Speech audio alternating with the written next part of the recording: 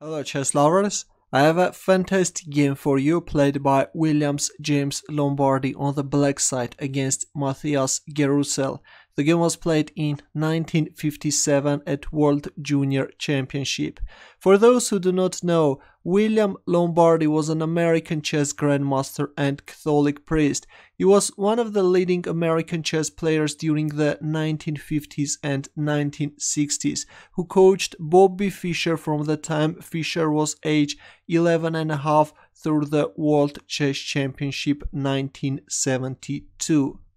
Let's see how the game progressed.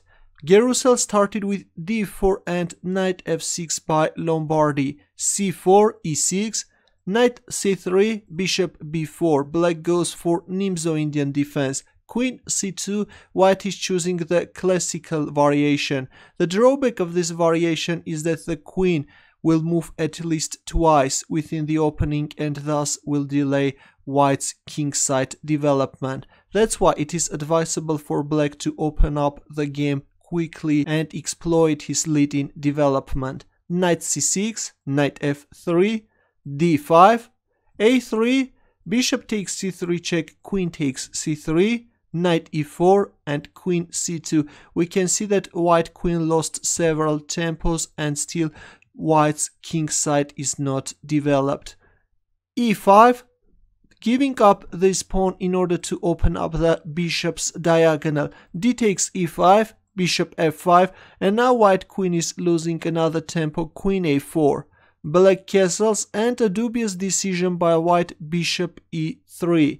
A better move was bishop f4, but this bishop e3 move is blocking the pawn's path and also allows black to push the d pawn with a tempo. White played rook d1.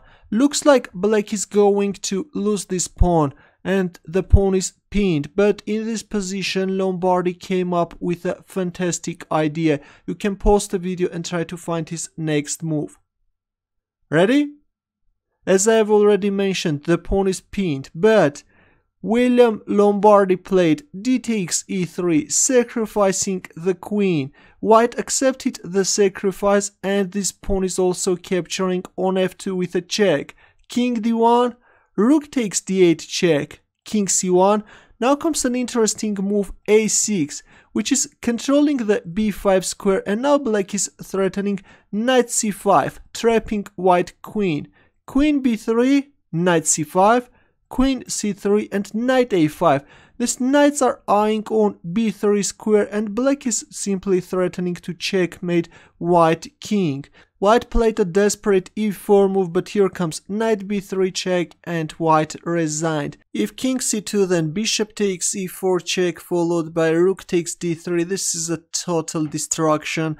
Or after knight b3 check, if king b1, then rook d1 check followed by rook c1 checkmate.